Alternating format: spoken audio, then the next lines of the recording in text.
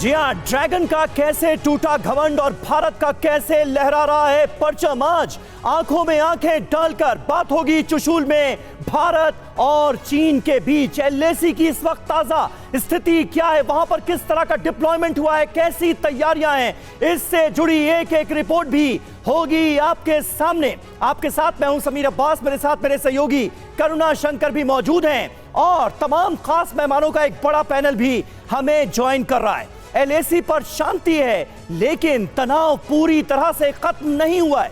इसी बीच आज भारत और चीन फिर बातचीत की टेबल पर एक साथ होंगे। चुशूल मोल्डो में कोर कमांडर लेवल की बातचीत शुरू हो चुकी है। कुल मिलाकर गलवान की हिमाकत के बाद चीन का रुख नरम जरूर पड़ा है, लेकिन जैसा कि हम जानते हैं कि इस पड़ोसी पर कभी भी एतबार करना जोखिम भरा ही रहता है। करुणा बिल्कुल, और फिर भी जब बात शांति की हो रही है तो समझना बहुत जरूरी है कि आखिर चीन क्यों बैकफुट पर नजर आ रहा है। यह बहुत बड़ा सवाल है। ऐसे काबू में आया है चीन। अब आप देखिए किस तरह से चीन काबू में आया। जवाबी सैन्य तैयारियां क्या नजर आ रही है, रिकॉर्ड तैनाती हुई है, अत्याधुनिक सिस्टम लगाए गए हैं, बॉर्डर पर इंफ्रास्ट्रक्चर, सड़क, पुल और दूसरे इंफ्रास्ट्रक्चर पर रिकॉर्ड काम हुआ है। स्ट्रेटेजिकली भारत ने काफी हद तक बढ़त बनाई है। ग्लोबल घेराबंदी भी चीन की हुई है। भारत, अमेरिका और कई दूसरे चीन विरोधी देश बेहद करीब आए हैं। तो इसके बाद चीन यानी कि ड्रैगन काबू में आता नजर आ रहा। नेतृत्व का मिजाज भारतीय नेतृत्व ने बराबरी से जवाब देना तय किया है। यानी उधर से एक हिमाकत होगी तो कैसे उसका मुंहतोड़ जवाब होगा। चीन के घरेलू हालात, चीनी लोगों की कई तकलीफें हैं, सत्ता से भारी नाराजगी लगातार शी जिनपिंग के खिलाफ नजर आ रही है। बिल्कुल बिल्कुल, और ये बहुत इंपॉर्टेंट है, बहुत महत्वपूर्ण है कि किस तरह से काबू में आया है चीन। इस बीच अहम खबर यह है कि भारत चीन के बीच कोर कमांडर लेवल की मीटिंग शुरू हो चुकी है। कोर कमांडर लेवल की 19वें राउंड की ये वार्ता है।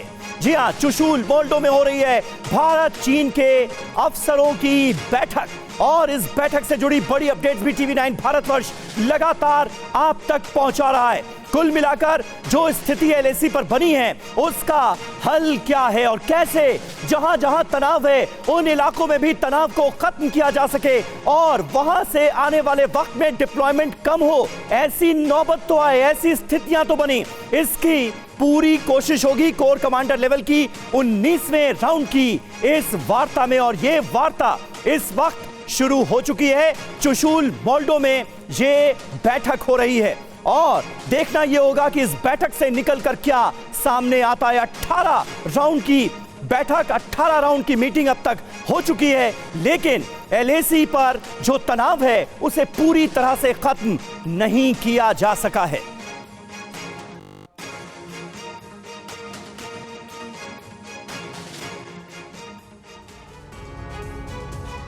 और आइए अब देखते हैं कि 2020 में जो गलवान की झड़प हुई थी इसके बाद क्या क्या बड़ी बातें हुई है एलएसी को लेकर। यह आपके लिए जानना बहुत ज्यादा जरूरी। ग्राफिक्स के जरिए एक एक इंफॉर्मेशन। गलवान झड़प के बाद क्या हुआ है। 2020 में गलवान झड़प हुई थी और उसके बाद तनाव चरम पर पहुंच गया था भारत और चीन के बीच में। दोनों ओर से एलएसी पर तैनाती को बढ़ा दिया गया था।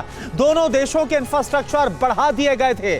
पिछले 3 सालों की बात की जाए तो दोनों पक्षों की कई बैठकें हुई। 18 राउंड की बातचीत अभी तक हो गई, आज 19वें राउंड की बातचीत है। कई राजनयिक और सैन्य मीटिंग्स अभी तक भारत और चीन दोनों के बीच में हुई है। दोनों ओर से एलएसी पर पीछे हटने की प्रक्रिया को कई स्ट्रेटेजिक पॉइंट्स पर, चाहे वो देवसांग का इलाका, हॉट स्प्रिंग का इलाका हो, गलवान वैली हो, वहां से सेनाएं पीछे जरूर हटी हैं, लेकिन अभी भी कई ऐसे पॉइंट है, फ्रिक्शन पॉइंट, जिसको लेकर अब बातचीत हो रही है। बिल्कुल, और गलवान के बाद भी तनाव बरकरार है। आइए अब समझते हैं कि गलवान के बाद दोनों ओर से तय समझौते पूरे करने के बाद भी ये टेंशन आखिर कायम क्यों है, इसकी वजहों को समझिए। गलवान के बाद तनाव बरकरार, दोनों देश कुछ समझौतों पर आगे बढ़े हैं, कई इलाकों में अभी भी तनाव बरकरार है। यह सबसे महत्वपूर्ण पॉइंट है। पैंगोंग लेक के पास चीन का निर्माण हुआ है। डिवीजन स्तर का मुख्यालय यहां पर बनाया गया है और यह मुख्यालय गोगरा हॉट स्प्रिंग्स के दक्षिण में है। यह भी जानकारी आपको दे दें, गलवान में अपने इलाके में कई बैरक चीन ने बनाए हैं। आखिर चीन की मंशा क्या है? यह सबसे अहम सवाल है, क्योंकि चीन जो चाहता है वो दिखाता नहीं, और जो दिखाने की कोशिश करता है वो कभी होता नहीं। ऐसे में चीन के इरादों पर कैसे विश्वास किया जाए, वो जो कह रहा है उस पर कैसे भरोसा किया जाए, ये अपने आप में एक बड़ा सवाल। और यही वजह है कि चीन के इरादों पर विश्वास करना, उसकी मंशा पर हमेशा जो सवाल उठते नजर आते हैं। ऐसे में भारत की तैयारियां कितनी जबरदस्त हैं, भारत की तैयारियां कितना पुख्ता है चीन के खिलाफ इसे समझने के लिए। आइए आपको चांगला टॉप से टीवी9 संवाददाता अंजू निर्वाण की ये बेहद ही खास ग्राउंड रिपोर्ट दिखाते हैं, देखिए आप। ईस्टर्न लद्दाख के सफर की ओर हम बढ़ चुके हैं और अब एक बहुत ही स्ट्रेटेजिक लोकेशन पर पहुंच गए हैं। जिस जगह पे मैं खड़ी हूं इसका नाम है चांगला टॉप।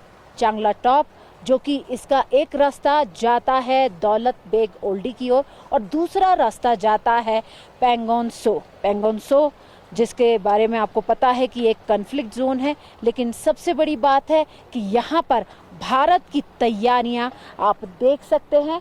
जैसा कि मैंने आपसे कहा था कि अपने इस सफ़र में हम आपको भारत की तैयारियां भी दिखाएंगे और वो स्ट्रेटेजिक लोकेशंस भी दिखाएंगे जो कि बहुत ही इम्पॉर्टेंट है हर लिहाज से। लेकिन आपको बता दें, क्योंकि ये 1962 का भारत नहीं बल्कि 2023 का भारत है, तो ये तैयार है अपने हर तरह के माहौल के लिए। और इसकी तैयारियां आप देख रहे हैं कि यहाँ पर जो सड़कें बन रही हैं, बीआरओ के द्वारा ये सड़कें बनाई जा रही हैं, बॉर्डर रोड ऑर्गेनाइजेशन, और इस प्रोजेक्ट का नाम है हिमांग।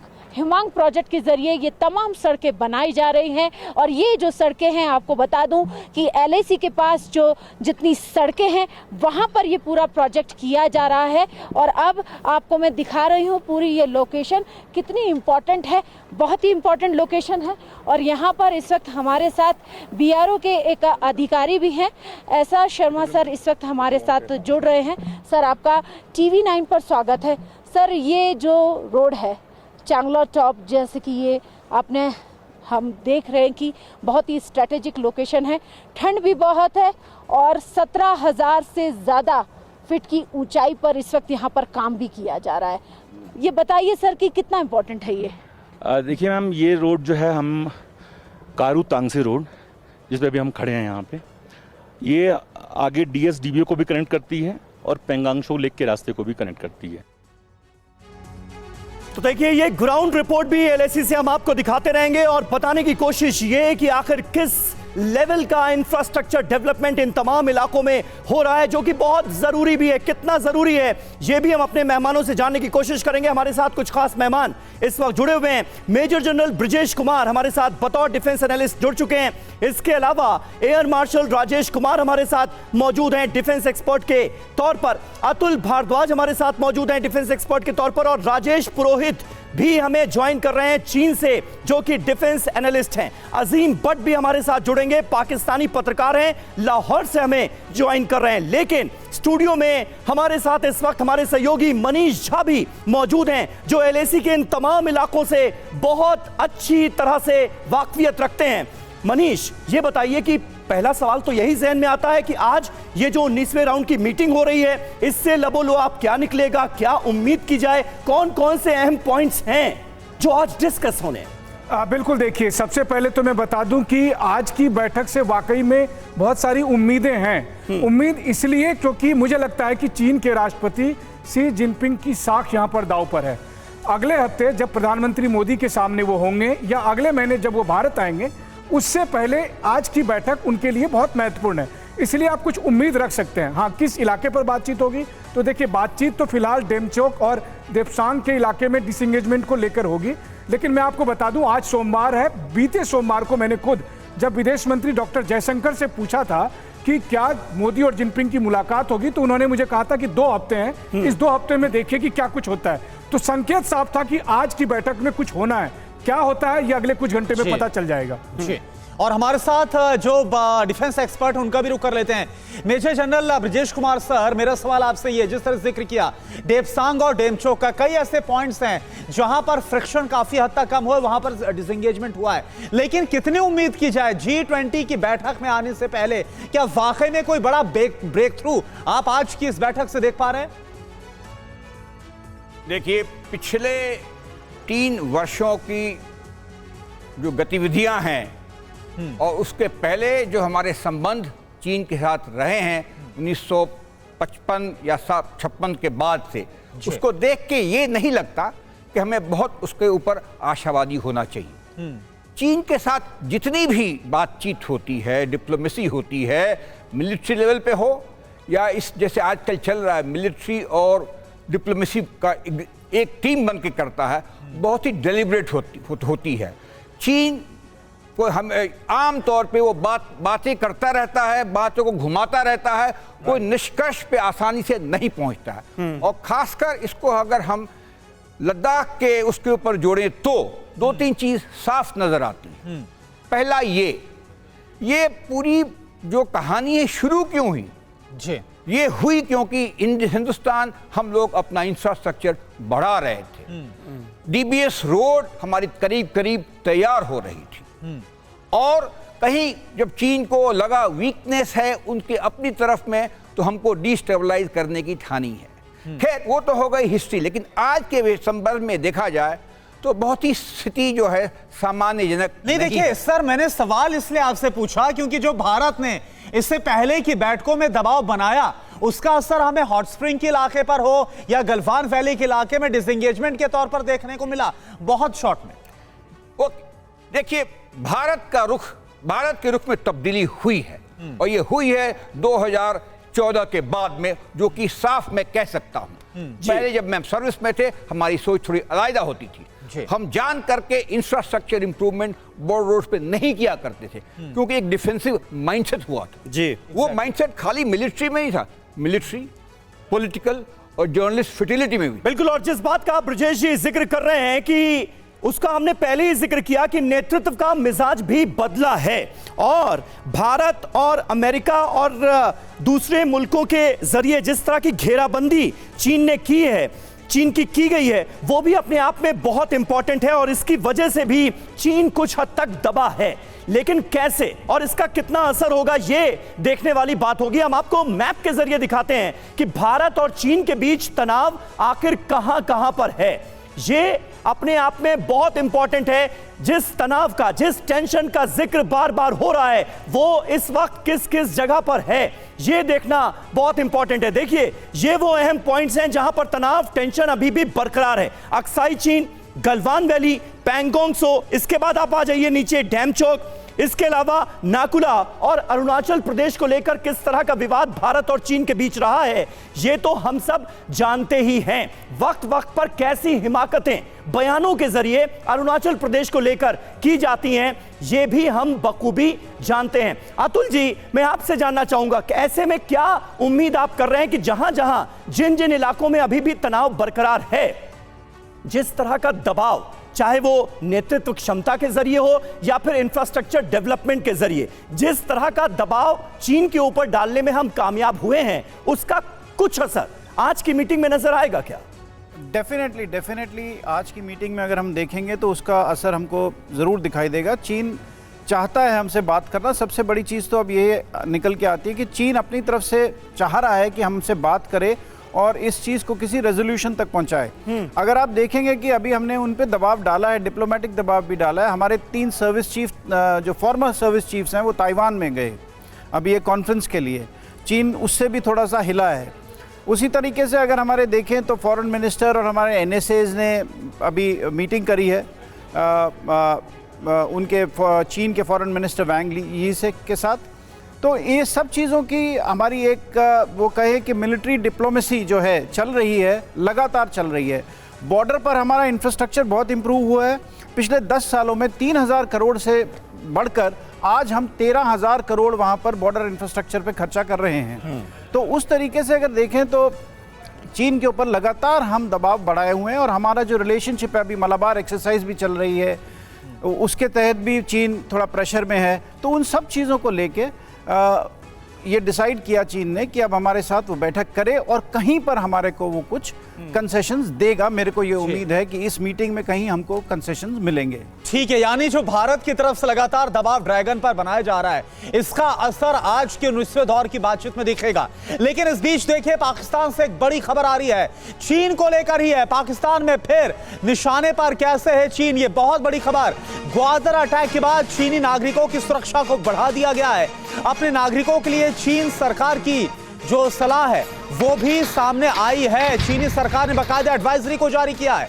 एक जगह इकट्ठा ना होने की एडवाइजरी चीनी सरकार की तरफ से जारी की गई है। ग्वादर अटैक में 4 चीनी नागरिक, 9 पाकिस्तानी सैनिकों की मौत हुई और इसके बाद अब जो एडवाइजरी है वो जारी की गई है। आप देखिए, ग्वादर, ये जो ग्वादर पोर्ट पर, ग्वादर एयरपोर्ट पर ये जो पूरी घटना सामने आई थी, ग्वादर पर जो अटैक हुआ, इसके बाद जो सलाह है वो जारी की गई। अजीम भट्ट इस वक्त हमारे साथ जुड़े हुए हैं पूरी जानकारी के साथ। अजीम, क्या हालात इस वक्त है, क्योंकि हमने देखा कि इससे पहले भी जब पाकिस्तान में चीनी नागरिकों पर हमला हुआ था, इंजीनियर्स पर हमला हुआ था, तो बहुत सख्ती चीन की तरफ से दिखाई गई थी, भरोसा दिया गया था, और एक बार फिर से एडवाइजरी। हालात क्या वहां पर ग्वादर में बनते हुए नजर आ रहे हैं?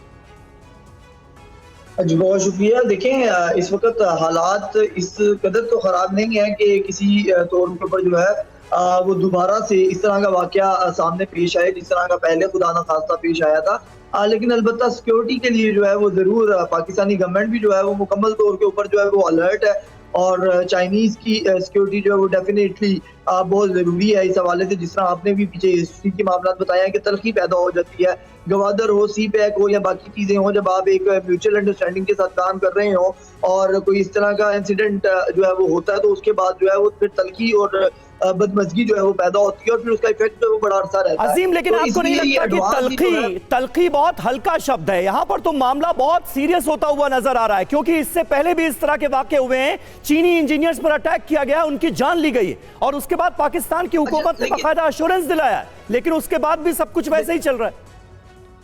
देखें इसमें ये बड़ा इंपॉर्टेंट है समझना कि इस तरह से सिर्फ और सिर्फ चाइनीज को ही नुकसान नहीं पहुंचा है। बिल्कुल उनकी सिक्योरिटी हमारी जिम्मेदारी है, लेकिन पाकिस्तान के इंटरनल हालात में बाज़ औक़ात इस तरह के मामला तो अप्स एंड डाउन आते हैं। जिस तरह के तालिबान जो है वो उन लोगों ने गुज़िश्ता कुछ महीने से जो है वो अलर्ट होना शुरू कर दिया है और जगह जगह पर जो है वो अटैक करके उसकी जिम्मेदारी भी वो कबूल कर रहे हैं। उसके अंदर पाकिस्तानी भी जो है वो हम देख रहे हैं कि वो जान से जा रहे हैं या दीगर मामला हो रहे हैं, लेकिन इस वक्त सिचुएशन अंडर कंट्रोल है। और दोबारा से जो है वो जब इस तरह की दो अटैक हुए हैं, तो उसके बाद से सिक्योरिटी के जो इदारे हैं उन्होंने मुकम्मल तौर के ऊपर जो है वो पाकिस्तान में हालात को कंट्रोल करने की मुकम्मल कोशिश की है। ठीक है अजीम, तो हालात को अब ग्वादर में एक बार फिर से कंट्रोल में करने की, काबू में करने की कोशिशें हो रही हैं, जो ताज़ा फायरिंग की घटना सामने आई है चीनियों पर। इस बीच आप देखिए, एक और बड़ी खबर है बलूचिस्तान से ही। बलूचिस्तान में पाकिस्तान सरकार का विरोध और तेज हो गया है। पाकिस्तानी स्वतंत्रता दिवस पर यहां पर आज किस तरह से प्रोटेस्ट हो रहा है, विरोध जताया जा रहा है, और लगातार बलूचिस्तान में जो लोग हैं अब वो पाकिस्तान के चंगुल से बाहर निकलना चाहते हैं और इसको लेकर वहां पर विरोध बहुत तेज हो रहा है।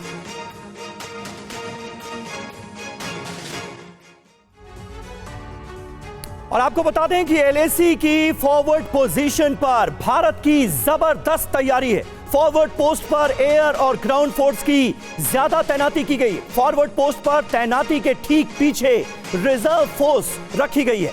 लद्दाख से लेकर अरुणाचल तक 3488 किलोमीटर एलएसी पर ऐसे ही इंतजाम किए गए हैं, पुख्ता बंदोबस्त है। चीन को फोकस में रखकर 2 माउंटेन स्ट्राइक कॉर्प्स भी तैनात की गई है।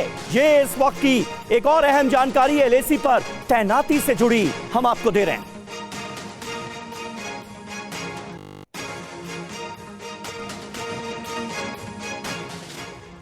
और देखिए, ईस्टर्न लद्दाख को लेकर बड़ी खबर। पूर्वी लद्दाख में मुस्तैदी से तैनात है सेना के जवान। चीन के खिलाफ लगातार मोर्चा संभाले हुए एयरफोर्स ने भी बना रखे यहां पर मजबूत स्थिति। इजरायली ड्रोन से एलएसी पर भारत की ताकत और ज्यादा बढ़ गई है। भारतीय सेना के अधिकारियों ने इस बारे में पूरी जानकारी दी है। तो जैसा कि हम आपको बता रहे हैं कि डिफेंस स्ट्रेटेजिकली किस तरह से जो भारत की तैनाती है, खासतौर पर 2020 में जो गलवान झड़प हुई है उसके बाद से भारत ने तैनाती बढ़ा दी है ताकि बढ़त लगातार बनाई जा सके। एयर मार्शल राजेश कुमार जी, मेरा सवाल आपसे यह है कि देखिए ये तैनाती क्या बतला रहा है? क्या वाकई में भले हम कई दौर की बैठक कर रहे हैं, आज 19वें दौर की बातचीत हो रही है, लेकिन चीन पर विश्वास करना बहुत ज्यादा मुश्किल है। 2013 में हमने देखा चीनी सेना ने इन्फिल्ट्रेशन करने की कोशिश की, इसके बाद उनको भगाया गया, पीछे एग्रीमेंट हुआ, लेकिन फिर 2020 में गलवान झड़प होती है। तो देखिए ये जो डिप्लॉयमेंट है यूएवीज़ की इस एरिया में, जो दोनों पाकिस्तान और चीन की तरफ देखेगी, ये बहुत ज़रूरी थी। ये हमारा एक गैप था। कई बार जब जैसे आपने कहा 2013 में घुसने की कोशिश की, ये इसलिए था क्योंकि हमारे पास यहाँ पे इंटेलिजेंस, सर्वेलेंस, रिकॉनेसेंस के एसेट्स नहीं थे। अब ये एसेट्स बढ़ाए जा रहे हैं, तो हम तो देख चुके हैं कि चीन पर भरोसा नहीं किया जा सकता, तो उन पे नज़र रखने की खूब ज़रूरत है और ये जो डिप्लॉयमेंट है उसी में वो कामयाब होगी। और आज की जो बैठक है जो चल रही है उसमें कितना ब्रेक थ्रू होगा ये देखने के लिए है। मेरा अनुमान है कि 50-50 है। अगर चीन का रवैया ये रहा कि उन्होंने G20 मीटिंग को सक्सेस करना है तो वो कुछ एक छोटा कंसेशन देंगे, लेकिन अगर वो अड़े रहे, क्योंकि G20 में भी जो उन्होंने जैसे वासुदेव कुंडकम पे ऑब्जेक्शन लगाई है, वो समिट को सक्सेसफुल होने देना चाहते हैं या नहीं, उसकी मंशा आज की मीटिंग के बाद पता चल जाएगी। बिल्कुल, राजेश पुरोहित जी इस वक्त हमारे साथ चीन से मौजूद हैं, उनका सीधे रुख करते हैं। राजेश जी, भारत में क्या चर्चा चल रही है आज की कमांडर लेवल की मीटिंग को लेकर? ये आपने सुना, चीन में किस बात को लेकर सबसे ज्यादा हलचल है, वहां पर क्या होता हुआ आप देख रहे हैं? चीन के रुख में आने वाले वक्त में कोई बदलाव हम एक्सपेक्ट करें क्या? बहुत बहुत धन्यवाद समीर भाई। हाँ बिल्कुल, इस मीटिंग पे भी नजर है, क्योंकि लोग भी चाहते हैं कि शी जिनपिंग और मोदी जी की मीटिंग हो, और यहाँ पे अगर कोई डेवलपमेंट नहीं होता है तो वो मीटिंग होनी मुश्किल है, क्योंकि इंडिया की इंपोर्ट पॉलिसीज और जो वीज़ा पॉलिसीज है चीनियों के लिए, उसमें भारी बदलाव इन दिनों आया हुआ है और इंपोर्ट पॉलिसीज के चलते काफ़ी इनका बिजनेस भी सफ़र कर रहा है। पहले के मुकाबले इंडिया इंपोर्ट काफ़ी घटा चुका है चाइना से, वॉल्यूम्स के हिसाब से, वैल्यू के हिसाब से नहीं, क्योंकि महंगाई काफ़ी बढ़ी हुई है तो वैल्यू ज़्यादा दिखती है, लेकिन वॉल्यूम काफ़ी कम हुआ है। तो इन चीज़ों का असर यहाँ के लोगों पे और यहाँ काफ़ी पड़ता है, तो इस वजह से इन लोगों की भी नज़र है इस चीज़ पे। ये चाहते हैं कि शी जिनपिंग और मोदी जी की मुलाकात हो, तो इस मीटिंग का काफी अहम रोल होगा उस मुलाकात में। बिल्कुल। और राजेश पुरोहित जी, हम देख भी रहे हैं कि किस तरह से ना सिर्फ भारत तरफ से दबाव है, बल्कि एक बहुत बड़ा आंतरिक दबाव भी है जो कि शी जिनपिंग झेल रहे हैं अपने ही शासन के खिलाफ। इस बीच देखिए, सीमा सड़क संगठन यानी कि बीआरओ ने आसान की है सरहद की सुरक्षा। कैसे ही आप जानिए, LAC पर बीआरओ ने बिछाया है सड़कों का जाल। सभी रणनीतिक जगहों पर सड़क नेटवर्क को और तैयार किया गया है और पुख्ता कर दिया गया, बहुत आसान हो गया है अब सीमा तक पहुंचना। सैनिकों के लिए LAC तक पहुंचना बेहद ही आसान हो गया है। ये कुछ इस तरह से इंफ्रास्ट्रक्चर जो तैयार किया गया है वो बीआरओ की तरफ से। सीमा सड़क संगठन के DG lieutenant general Rajeev Chaudhary से खास बातचीत किसी को लेकर TV9 भारतवर्ष संवाददाता अंजू निर्वाण ने। हम देख रहे हैं कि बॉर्डर रोड ऑर्गेनाइजेशन ने बहुत क्रांतिकारी ढंग से बॉर्डर पर काम किया है। फोर्सेस की जो डिप्लॉयमेंट है उसको और गति देने के लिए तमाम सामान भी वहां पहुंचते हैं, हथियार भी जाते हैं, टैंक्स भी हम देख रहे हैं सब अब पुल पे जा रहे हैं। तो क्या नई टेक्नोलॉजी कुछ का भी इस्तेमाल हो रहा है? क्योंकि अगर हम पीछे के हमने जो कंस्ट्रक्शन देखे हैं वो थोड़े से डल थे, लेकिन अभी जो हम तमाम तरह का जो काम देख रहे हैं बीआरओ का वो बहुत डिफरेंट है और बहुत अलग तरह से लगता है कि बहुत मजबूत काम किया जा रहा है नई टेक्नोलॉजी के साथ। देखिए, जो हमें सड़क बनाने में जो कठिनाइयाँ आती हैं, जो चैलेंजेस आते हैं, उसको जब हम ओवरकम करते हैं तो नई टेक्नोलॉजी का इजाद होता है, नई टेक्नोलॉजी का इस्तेमाल होता है। जैसे हमें ईस्टर्न स्टेट्स में सड़क बनाने में सबसे बड़ी प्रॉब्लम ये आती है कि वहाँ पर जो एग्रीगेट है वो उसकी क्वालिटी बहुत कमज़ोर है, उससे सड़क की जो स्ट्रेंथ है वो पूरी नहीं आती है। तो हमने स्टील स्लैग पहली बार इंडिया में स्टील स्लैग सड़क बनाने में बीआरओ ने इस्तेमाल किया अरुणाचल प्रदेश में। उसमें क्या है कि आपको पता है कि भारत स्टील का दूसरे नंबर पर है, जो उत्पादन करता है स्टील का 143 मिलियन टन्स का, और उसमें से तकरीबन 15 से 16% मतलब करीब 22 मिलियन टन जो है वो वेस्ट होता है, स्टील स्लैग जिसको बोलते हैं। उस स्लैग को हमने टाटा जमशेदपुर से लिया और उसको हम अरुणाचल प्रदेश लेके गए पूरी एक ट्रेन, और वहाँ पर सड़क निर्माण में इस्तेमाल किया। दूसरा प्लास्टिक भी एक हमारा इन्वायरमेंट को एडवर्सली इम्पैक्ट करता है, और उस प्लास्टिक को जहाँ पर भी हम ईस्ट में खासकर सड़कें बनाते हैं उसमें प्लास्टिक को बहुत बारीक महीन उसको हम श्रेड करते हैं, हमारे पास मशीन्स हैं, और उसको बिटुमिन के साथ में मिक्स करके सड़क का निर्माण होता है। तो वो ये दोनों जो हमारी तकनीक है, नई चीज़, ये पहली बार भारत में बीआरओ ने ही इस्तेमाल की है। और ये वेस्ट टू वेल्थ जो हमारे माननीय प्रधानमंत्री महोदय का एक सोच है कि जितनी भी वेस्ट है उसको आप वेल्थ में कन्वर्ट करें, तो प्लास्टिक और स्टील स्लैग ये एक नई चीज़ हमने इस्तेमाल की है। उसके साथ साथ सीमेंटेशियस बेस, जहाँ पर एग्रीगेट जैसे कमज़ोर होता है, हमारी टीसीसी टाक्सिंग, टीसीसी माजा अरुणाचल की सड़कें हैं, वहाँ पर हमने सीमेंटेशियस बेस का इस्तेमाल किया है। इसके साथ में cut and fit technology, east में बारिश बहुत होती है तो वहाँ पर जब सड़क बनाते हैं तो उसमें डिसरप्शन आता है और हमारे लिमिटेड 5-6 महीने मिलते हैं। तो हमने क्या किया कि जो एक पांगिंग से एक सड़क बनाई पांगिंग में, जिसमें हमारी जितने भी सड़क के कंपोनेंट होते हैं, उसमें ब्रेस्ट वॉल हुई, उसमें हमारा ड्रेन हुआ, उसमें रिटेनिंग वॉल हुई। तो देखिए ये है हमारी तैयारियां और किस तरह से रिकॉर्ड लेवल का सड़क निर्माण हुआ है। अकेले 2023 में 1263 किलोमीटर की सड़क बनी। आप इससे अंदाजा लगा सकते हैं कि किस लेवल पर और कितनी तेजी से काम हो रहा है। लद्दाख में न्योमा एयरफील्ड पर युद्ध स्तर पर काम जारी है। करीब 1.5 साल में एयरफील्ड पूरी तरह तैयार हो जाएगा।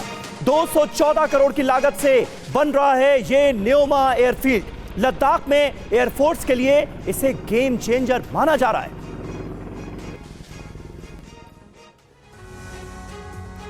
और आइए देखते हैं कि सीमा सड़क संगठन के बजट में कैसे रिकॉर्ड इजाफा किया गया है, जिसकी वजह से युद्ध स्तर पर काम जारी है। कैसे सरहद पर सड़क और दूसरे इंफ्रा पर रिकॉर्ड लेवल का काम हुआ है, ये जरा आप समझिए।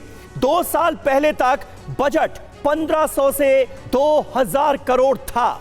2021 में बजट कितना था? 2500 करोड़। 2022 में यह बजट बढ़ाकर कर दिया जाता है 3500 करोड़ का।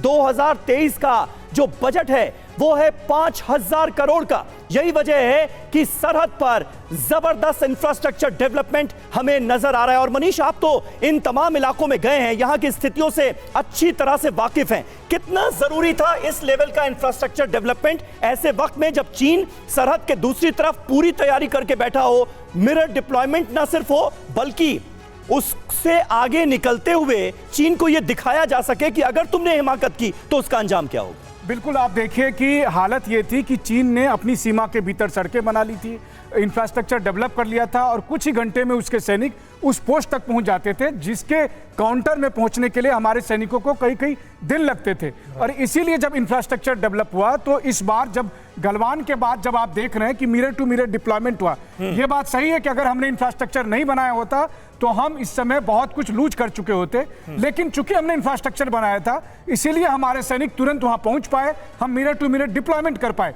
अब असली बात यह है कि चूंकि देखिए जियोपॉलिटिकल बहुत तेजी से बदल रहा है। चीन को यह पता है कि रूस के बाद अब अगला टारगेट पश्चिमी देशों का उन पर आने वाला है, और वैसी स्थिति में भारत से जो चुनौती उनको मिलने वाली है उससे बचने के लिए वो चाहते हैं कि हालात सामान्य हो। लेकिन मैं आपको बता दूं, चाहे हमारे एनएसए हो या विदेश मंत्री, इन सब ने अपनी मुलाकातों में एक बात कही है कि जब तक आप बॉर्डर पर हालात ठीक नहीं करेंगे, जब तक आप अप्रैल 2020 के पीछे वाली स्थिति में नहीं जाएंगे, तब तक आप अगर सोचते हैं कि भारत और चीन के संबंध नॉर्मल होंगे तो नहीं होने वाले। अभी जुलाई में ही तो वांग यी की मुलाकात हुई थी एनएसए अजीत डोभाल से। जी हाँ, बिल्कुल। देखिए, वांग यी की एनएसए डोभाल से बात हुई थी, विदेश मंत्री की वांग यी से बात हुई थी। उससे पहले जब गोवा में G20 के लिए चीन के विदेश मंत्री आए थे, जिनको बाद में गद्दी छोड़नी पड़ी, उनकी भी मुलाकात हुई थी। इन सब का पर्पस क्या है? इन सब का पर्पस यह है कि प्रधानमंत्री मोदी के पास जिनपिंग को खड़ा करना, ताकि वो जब उनसे बात कर सके तो वो पश्चिमी देशों को बता सके कि नहीं, भारत और चीन के संबंध नॉर्मल हो रहे हैं। यही उनकी स्ट्रेटेजी है।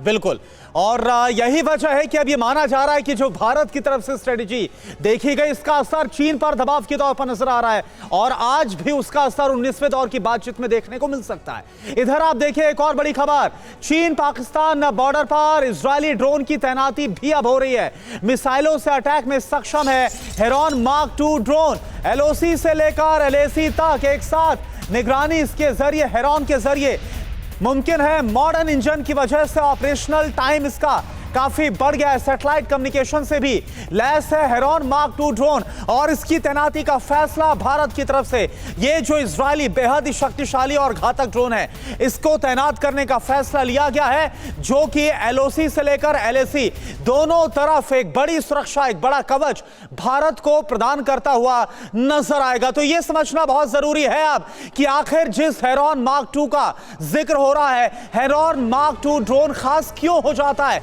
इसकी ताकत कितनी ज्यादा है। सबसे पहले आप ये तस्वीर यहां पर देखिए, यही है हेरॉन मार्क 2 ड्रोन। अब इसकी आप खासियत देखिए, LOC से लेकर LAC तक बकायदा ये निगरानी रखेगा। इसकी स्पीड कितनी है, 277 किलोमीटर प्रति घंटे की रफ्तार है इसकी। एक बार में उड़ान भरता है तो 36 घंटे तक ये उड़ान भर सकता है। एयर टू ग्राउंड मिसाइल और एंटी टैंक वेपन से ये लैस है। यही वजह है कि बेहद ही घातक, बेहद ही अटैकिंग है। निगरानी इसकी कहां तक है, 35,000 फीट की ऊंचाई से ये निगरानी करने में सक्षम है। कैसा भी मौसम हो, कोई भी इलाका हो, वहां पर यह बेहद ही आसानी से किसी भी ऑपरेशन को अंजाम दे सकता है। 0 से कम तापमान में भी यह ऑपरेशनल रह सकता है। सेना को मिलेंगे कुल 70 हेरॉन ड्रोन, जो कि भारतीय सेना को बेहद ताकतवर बनाते हुए नजर आएंगे। खासतौर पर LOC और LAC के जो हालात हैं, वहां पर निगरानी के लिए, सर्विलांस के लिए कितना अहम हो जाता है 70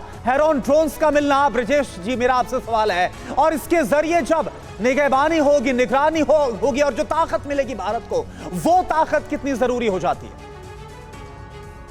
हमारे इंफ्रास्ट्रक्चर का हिस्सा केवल रोड ही नहीं है, सर्वेलेंस, रिकॉनेसेंस और सर्वेलेंस कैपेबिलिटी आजकल बहुत ही मायने रखता है। हम लोगों ने देखा है चल रहे यूक्रेन और रशिया वॉर में क्या रोल रहा है इन सब चीज़ों का, तो उसको देखते हुए हमारी सेना, वायुसेना ने भी ये हेरॉन ड्रोन का इस्तेमाल करना शुरू किया है और नए इंपोर्ट किए गए हैं।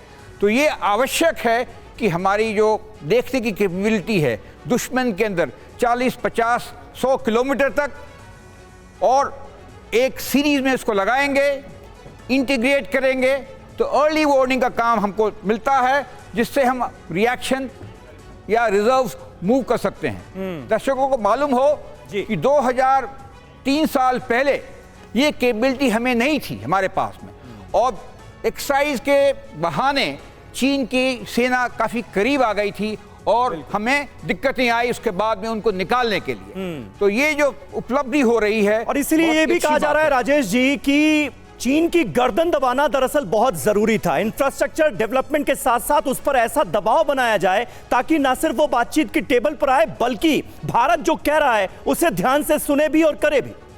देखिए, जो इनका जो दबाव हम एयरफोर्स ने बनाया है वो काफ़ी अहम था 2020 में, जब हमने जो एयरफोर्स की डिप्लॉयमेंट करी थी, वो एक फैक्टर था क्राइसिस को एस्केलेट से रोकने के लिए।